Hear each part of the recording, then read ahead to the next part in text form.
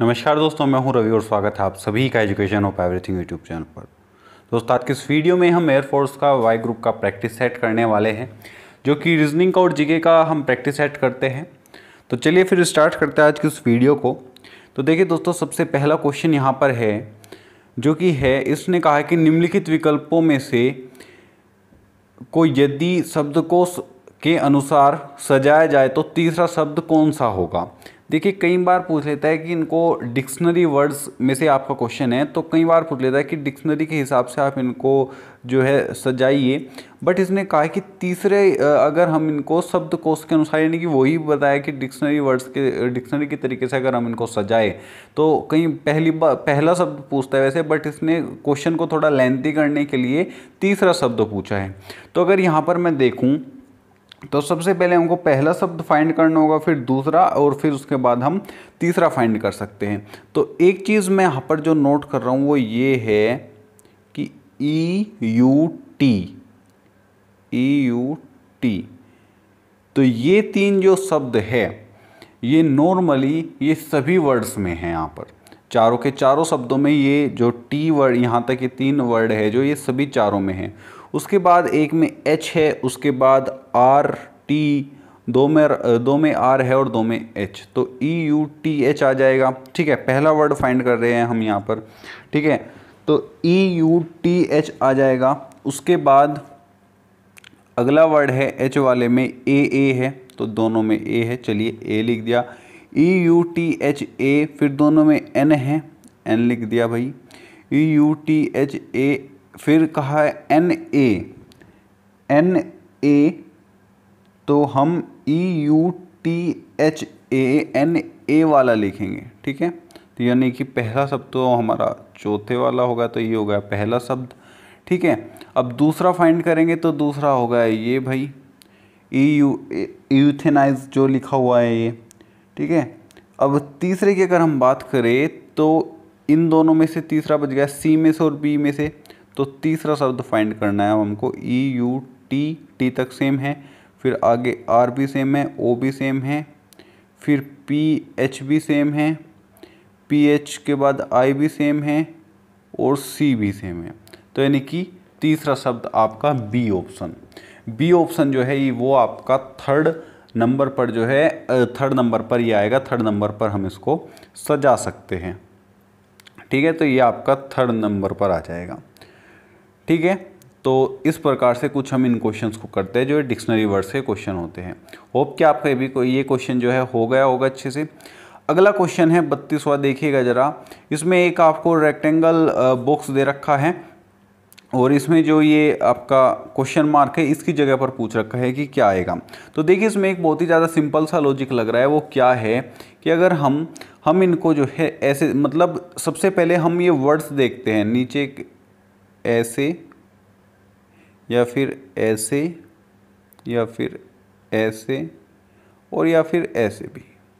तो हम इनमें देखते हैं, जो ये मैंने चारों तरफ बनाया, हम इनमें ये देखते हैं कि इनमें जो सबसे बड़े अंक है, यानी कि सबसे बड़ी संख्या, जैसे कि इसमें 13 है, तो चारों तरफ इस 13 से ज़्यादा बड़ी संख्या नहीं है। तो यानी कि हम जो है इनको इस प्रकार से जो है देखेंगे, इस प्रकार से देखेंगे। ठीक है, नीचे की साइड को, तो इस प्रकार से हम देखेंगे। तो देख लेते हैं भाई, देख लेते हैं। देखिए, जैसे कि यहाँ पर एक लॉजिक, यानी कि 9, 7 और 5 में हम कुछ ऐसा करें कि वो 7 आ जाए। तो अगर मैं 9 में से 7 को घटाता हूँ तो कितना आता है, 2 आता है, और फिर 2 + 5 कर देता हूँ, यानी कि 5 है ना यहाँ पे, तो कितना आ जाएगा, 7 आ जाएगा। ठीक है, तो यानी कि पहली रो में तो हमारा ये फॉर्मूला वर्क कर गया। नेक्स्ट में अगर हम काम करके देखें तो 8 - 4 = 4 और 4 + 9 कितना हो जाएगा, 13। ठीक है जी, हमारा ये भी फॉर्मूला काम कर गया। ओके, इस रो में भी काम कर गया। अब तीसरी रो में भी चेक कर लेते हैं कि क्या तीसरी रो में काम कर पाता है। अब आप कहोगे कि तीसरी रो में कैसे चेक करेंगे। अब भाई बताता हूँ। 5 में से 2 गए, कितने बचे, 3, और 3 + 7 कितना आ गया हमारा, 10। तो यानी कि सी ऑप्शन, यानी कि हमारा ऑप्शन से मैच हो रहा है। ऑप्शन में हमारा ये आंसर है, यानी कि ये ही आपका राइट ऑप्शन होगा। ठीक है, तो इस प्रकार से हम चेक कर सकते हैं। चलिए तो फिर नेक्स्ट क्वेश्चन देख लेते हैं। नेक्स्ट क्वेश्चन क्या है कि यदि नसबंदी को नोटबंदी कहा है, वाह क्या बात है भाई, यदि नसबंदी को नोटबंदी कहे और नोटबंदी को मनरेगा कहे और मनरेगा को नाबार्ड कहे और नाबार्ड को आधार कहे तो ग्रामीण मजदूरों को जिसमें रोजगार, मतलब यहाँ पर जिसमें को किसमें होगा, ठीक है, किसमें रोजगार मिलता है उसे क्या कहते हैं। तो देखिए दोस्तों, जो ग्रामीण मजदूरों को रोजगार देता है वो देता है मनरेगा।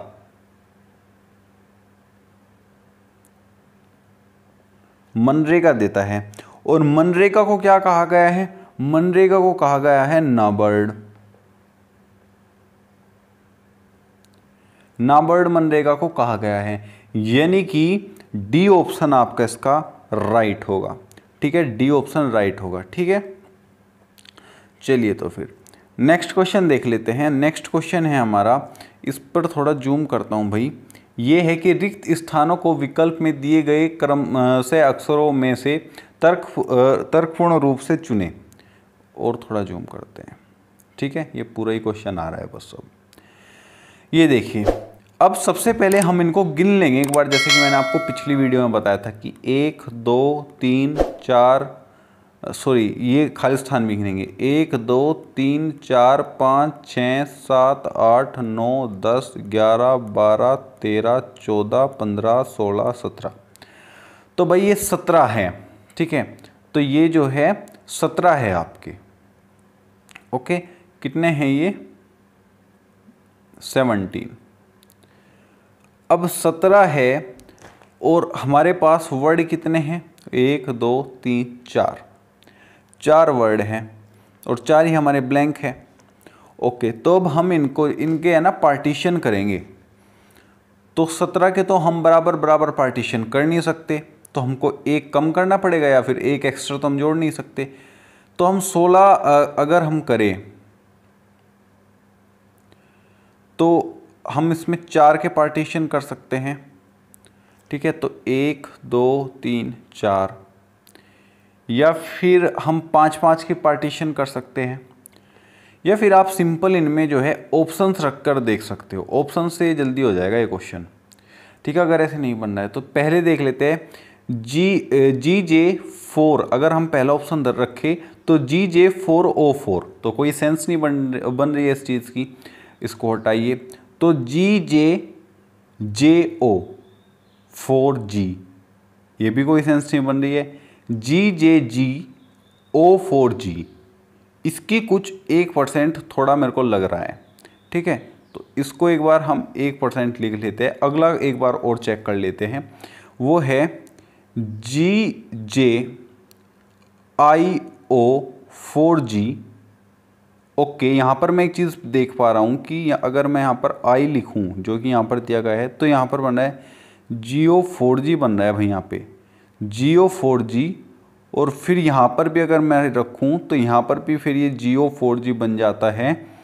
और फिर यहाँ पर अगर J रखूँ तो फिर यहाँ और यहाँ पर 4 रखूँ तो यहाँ पर भी GO4G बन जाता है। ओके, तो डी ऑप्शन आपका राइट होगा। देखिए बन गया ना वर्ड GO4G GO4G GO4G, यहाँ पर जो है वो वर्ड बन रहा है। तो डी ऑप्शन आपका इसका राइट होगा। ठीक है, तो ये क्वेश्चन ऑप्शन से ज़्यादा जल्दी हो गया हमारा। ओके, थोड़ा छोटा ही कर लेते हैं। अब देखिए 35 क्वेश्चन क्या है कि श्रृंखला का अगला चित्र उत्तर आकृतियों में से चुने। अब देखिए यहाँ पर पहले एक पत्ती दी गई है, पहले यहाँ पर जो है एक पत्ती दी गई है, उसके बाद यहाँ पर जो है 1.5 पत्ती दी गई है, 1.5 पत्ती दी गई है, और उसके बाद जो है यहाँ पर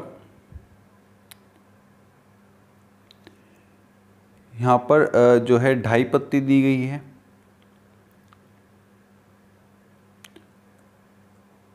मतलब 2 पत्ती तो ये है ही ना भाई, तो 2.5 कह लो या तो, या फिर आप 2 कह लो। ठीक है, 2 ही बोलेंगे। पहले 1 दी है, फिर 1.5 दी है, फिर 2 कह सकते हो आप, या फिर 2.5 कह लो, 2.5 बोलेंगे। और उसके बाद जो है यहाँ पर 4 पत्तियाँ दी गई हैं, यानी कि यहाँ पर जो है 1 से आधा बड़ा, यहाँ पर जो है कितना बड़ा, 2, फिर यहाँ पर जो है वो 2.5 से बढ़ कर के सीधा 4 हो गई। तो अब 4 से बढ़ कर के 6 या 7 हो जानी चाहिए, 6 या 7 हो जानी चाहिए अब 4 से सीधा बढ़ कर के। तो ये तो भाई हो ही नहीं सकता, 2 2 4 1 5 भी नहीं हो सकता, 2 2 4 1 5 ये भी नहीं हो सकता, 2 2 4 5 6 और 7। डी ऑप्शन आपका इसका राइट आंसर हो जाएगा। ठीक है, डी ऑप्शन इसका राइट हो जाएगा। 7 इसमें जो है 7 पत्तियाँ इसमें टोटल बन जाएगी आगे। अगला क्वेश्चन देख लीजिए। अगला क्वेश्चन क्या है? अगला क्वेश्चन भी, और भाई एक बात बता दूं, पिछली बार एयरफोर्स के सेट में जो है वो लगभग 6 क्वेश्चंस आ रहे थे ऐसे फिगर के। तो फिगर वाले क्वेश्चंस आप ज़रूर देख लीजिएगा, क्योंकि 6 क्वेश्चन आते हैं और भाई 6 क्वेश्चन यानी कि 6 मार्क्स। सिलेक्शन को आपका एक प्रकार से आप बोल सकते हो कि आधा सिलेक्शन इन्हीं पर डिपेंड हो जाता है। तो इसलिए ये वाले क्वेश्चन जो है ज़रूर से कर लीजिएगा और इन पर थोड़ा एक्स्ट्रा ध्यान दीजिएगा। अब यहाँ पर मैं अगर देखूँ तो ये जो तीर है ये घूम रहा है और यहाँ पर जो है पूछा गया है कि कौन सा जो है आकृति यहाँ पर आएगी।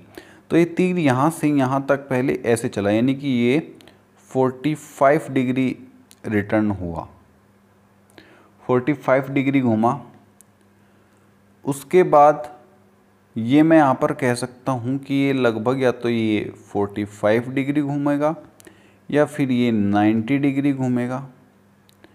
तो अगर ये यहाँ पर 90 डिग्री घूमता है तो यानी कि ये तीर हो जाता है कुछ इस प्रकार से, और फिर ये इस प्रकार से कितना घूमेगा, 135 डिग्री, ये 135 डिग्री। तो ये आपका रीजन एकदम सही बैठता है, ये यानी कि ये जो है वो 90 डिग्री घूमेगा। अब 90 डिग्री का ऑप्शन आपका ए है, तो ए ऑप्शन आपका इसका राइट आंसर हो जाएगा। ठीक है, 36 का ए। ओके, तो चलिए फिर आगे बढ़ते हैं। संबंधित स्थापित करें जॉर्ज डोनाल्ड ट्रंप और बराक ओबामा। ये क्वेश्चन भाई थोड़ा मेरे को ये कट रहा है यहाँ पर, तो चलो खैर इसको छोड़ते हैं भाई, नेक्स्ट क्वेश्चन पर बढ़ते हैं। ये कटा हुआ डोनाल्ड ट्रंप ही है ना? ओके ओके ओके, ठीक है भाई, ठीक है भाई, आ गया समझ में, कुछ नहीं कटा हुआ है, डोनाल्ड ट्रंप जो है बस थोड़ा सा मिस्टेक है। तो ये कैसे हुआ कि जो डोनाल्ड ट्रंप है वे पूर्ववर्ती रिपब्लिकन राष्ट्रपति जॉर्ज बुश थे, जॉर्ज बुश जो लिखा हुआ है यहाँ पे जॉर्ज बुश थे। जबकि जो बराक ओबामा से पहले जो राष्ट्रपति थे, जो बराक ओबामा से पहले थे वो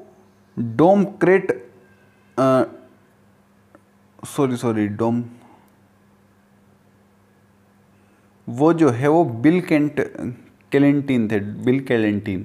ठीक है, तो बी ऑप्शन हो जाएगा इसका।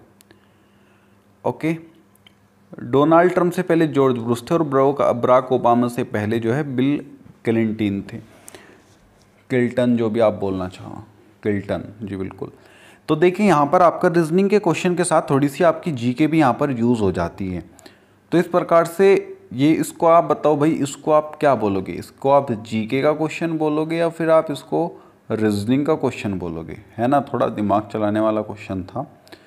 ठीक है, लिटरली मैं मतलब भूल सी गया था, तो इसलिए थोड़ा मैं कंफ्यूज हो गया था इसमें, बट ओके याद आ गया मेरे। तो आगे है कि किसी कूट भाषा में गुणा को प्लस कहा जाए, माइनस को डिवाइड कहा जाए और डिवाइड को माइनस कहा जाए, व प्लस को गुणा कहा जाए। तो इस इक्वेशन को सोल्व करना है। ऑल राइट, गुणा को प्लस कहा जाए। अब गुणा कहाँ पर है? तो 6 प्लस 23। ठीक है, माइनस को डिवाइड कहा जाए तो 22 डिवाइड 11 और डिवाइड को माइनस कहा जाए, डिवाइड को माइनस बोल दिया हमने, और प्लस को गुणा कहा जाए, यानी कि यहाँ पर गुणा 7।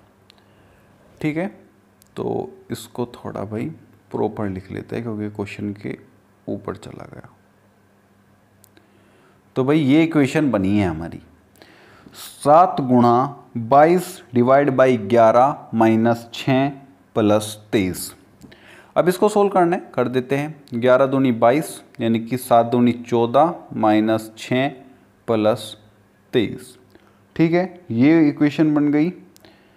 तो कितना आ जाएगा?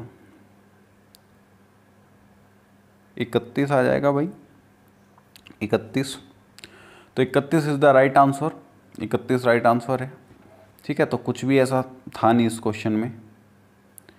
चलिए फिर नेक्स्ट स्लाइड पर, ये देखिए अगला क्वेश्चन है कि यदि B भाई है A का, यदि B भाई है A का, यानी कि B जो है भाई है A का,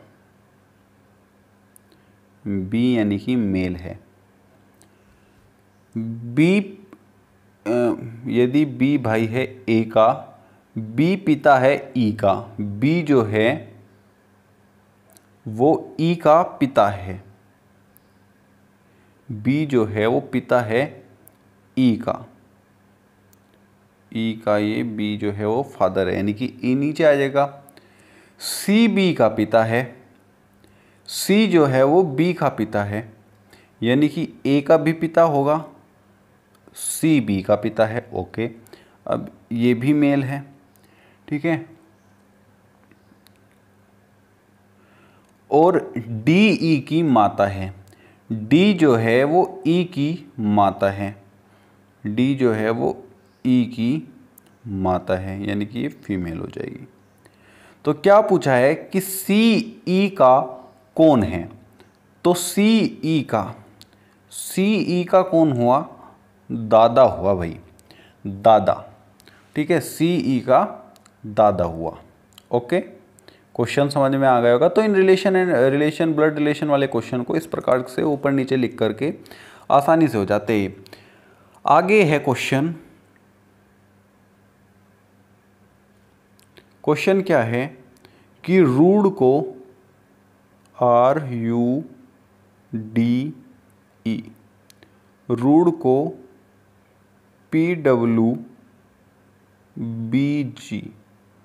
PWBG कहा जाता है। तो LPGA को क्या लिखा जाएगा? ओके, थोड़ा सा अरेंज करते हैं इसको, उसके बाद करते हैं भाई इस क्वेश्चन को। ठीक है, अब करना तो पड़ेगा भाई। ओके, तो देखिए जो ये R से P में अगर हम गैप देखें तो -2 हो जाएगा, -2 का गैप है PQR। ठीक है, U से W में जो है +2 हो रहा है, D से BCD -2 +2 और यहाँ पर फिर से +2 हो रहा है। ठीक है, उसी प्रकार से यहाँ से L में अगर हम -2 करेंगे तो J आएगा। अब एक बार J सभी में है। ओके, P में अगर हम +2 करेंगे तो PQR R आ जाएगा। G में अब देख लीजिए आप, JR, A ऑप्शन आपका इसका राइट आंसर हो जाएगा। JR, ओ सॉरी भाई, सॉरी, तो इसमें भी है ना भाई, B ऑप्शन में भी है ना। तो ओके, JRE दोनों ऑप्शन में है, तो E तो भाई आएगा ही आएगा। G से आगे हम अगर -2 करेंगे, A में हम +2 करेंगे तो C आ जाएगा। तो यानी कि B ऑप्शन है भाई राइट। ओके, तो वो मैं थोड़ा मतलब वो देखनी था B ऑप्शन। ठीक है, तो इस प्रकार से क्वेश्चन हो जाएगा। तो कोई दिक्कत वाली समस्या वाली बात इसमें नहीं होगी, क्वेश्चन आपका सोल्व हो गया होगा। तो चलिए तो फिर बढ़ते हैं नेक्स्ट क्वेश्चन की तरफ।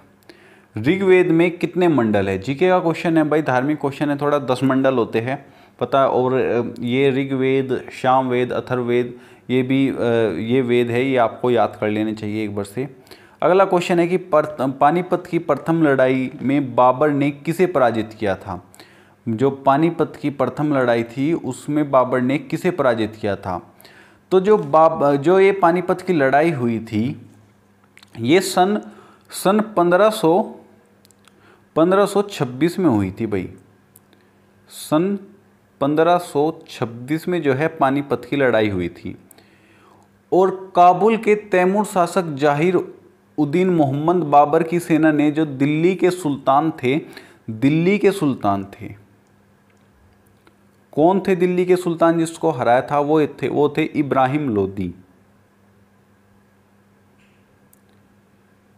इब्राहिम लोदी को हराया था।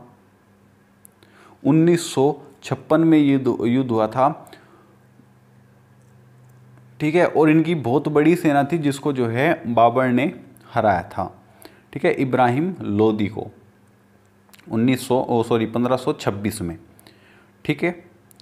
आगे है कि किस वॉइसरॉय ने कोलकाता, मुंबई एवं मद्रास विश्वविद्यालय की स्थापना की थी? तो किस वॉइसरॉय ने की थी? तो लॉर्ड कैनिंग ने जो है वो कोलकाता, मुंबई और मद्रास के जो विश्वविद्यालय हैं उनकी स्थापना की थी। झीलों का देश किसे कहा जाता है? भाई बहुत ज़्यादा इम्पोर्टेंट क्वेश्चन है ये, कई बार पूछा जा चुका है कि झीलों का देश किसे कहा गया है? तो फिनलैंड जो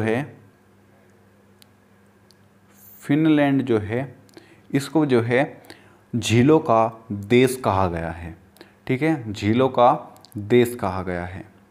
ओके, गेहूं का सबसे बड़ा उत्पादक कौन सा देश है? तो गेहूं का जो सबसे बड़ा उत्पादक है वो चाइना है, ठीक है। चीन जो है वो गेहूं का सबसे बड़ा उत्पादक है, ठीक है। बाकी है मत्सातुंग हिमानी के उद्मिक नदी है। तो ये जो है वो घाघरा सामान्य जनन प्रभावित होता है तो किस विटामिन की कमी से होता है? तो विटामिन ई की कमी से जो है वो सामान्य जनन जो है वो प्रभावित होता है। राष्ट्रीय रासायनिक प्रयोगशाला कहाँ स्थित है? पुणे में स्थित है। पुणे में जो है राष्ट्रीय प्रयोगशाला स्थित है। और विश्व विद्यार्थी दिवस कब मनाया जाता है? 17 नवंबर। अब इस क्वेश्चन में जो है काफ़ी सारे लोग कंफ्यूज होते हैं कि 14 नवंबर, भाई विश्व विद्यार्थी दिवस भी 17 नवंबर को मनाया जाता है और 14 नवंबर को जो है वो, एक मिनट अच्छे से लिखते हैं, 17 नवंबर को जो है वो स्टूडेंट्स डे और 14 नवंबर को जो है वो चिल्ड्रंस डे मनाया जाता है। तो इन दोनों चीज़ में काफ़ी बार कई सारे लोग हैं ना कंफ्यूज हो जाते हैं। तो इसमें तो 14 नवंबर वैसे ऑप्शन में नहीं है, बट एग्ज़ाम में ऐसा हो सकता है कि 14 नवंबर आपको दे दे, तो आपको इनमें कंफ्यूज नहीं होना है, ठीक है। बाकी आगे है कि नंगा फ़कीर निम्न में से किसे कहा गया है? तो नंगा फ़कीर जो है वो महात्मा गांधी जी को कहा गया था, ठीक है, महात्मा गांधी जी को कहा गया था। उसमें कुछ भाई ऐसी स्टोरी है, पूरी स्टोरी तो मैं आपको नहीं बता सकता। कुछ कोई जो है पेंटिंग वगैरह बना रहे थे, जो गोलमेज सम्मेलन में के समय पे जो है गांधी जी लंदन से प्रवास के समय जो है गांधी जी ने कुछ मतलब आ रहे थे, तब कुछ पेंटिंग वगैरह का सीन था, तो तब जो है महात्मा गांधी जी को नंगा फ़कीर जो है कहा गया था, ठीक है। तो आज की इस वीडियो में बस इतना ही। ये सभी हमने आज जीके के मोस्ट इम्पोर्टेंट जो है वो क्वेश्चंस किए हैं यहाँ पर, और साथ ही साथ रीजनिंग के भी मोस्ट इम्पोर्टेंट क्वेश्चन किए गए हैं। ऐसे ही क्वेश्चंस आपके एग्जाम में पूछे जाएंगे जीके के और रीजनिंग के। बाकी मैथ्स के क्वेश्चन की आप तैयारी या तो खुद से कर सकते हैं या फिर आप कमेंट करके नीचे बता सकते हैं। तो मैथ्स की भी क्वेश्चन की अगली वीडियो में अगर पॉसिबल हो पाएगा तो तैयारी कराने की ज़रूर कोशिश करेंगे। बाकी इंग्लिश पर भी अपना बराबर ध्यान दीजिए भाई, मैथ्स और रीजनिंग के साथ साथ, ठीक है। तो आज के इस वीडियो में बस इतना ही। उम्मीद करता हूँ कि वीडियो अच्छी ज़रूर लगी होगी। अगर वीडियो अच्छी लगी हो तो वीडियो को लाइक कर सकते हो, शेयर कर सकते हो, कमेंट करके अपनी कुछ जो थॉट्स मन में आ रही है तो उनको शेयर कर सकते हो, ठीक है। कुछ विचार आ रहा है या फिर कुछ डाउट है तो उनको पूछ सकते हो। बाकी अगर चैनल पर नए हो तो चैनल को सब्सक्राइब भी कर सकते हो। ठीक है, तो प्लीज़ वीडियो को लाइक और शेयर और साथ ही साथ चैनल को सब्सक्राइब करना मत भूलना। तो मिलता है आपसे ऐसी किसी नेक्स्ट वीडियो में। जय हिंद, वंदे मातरम।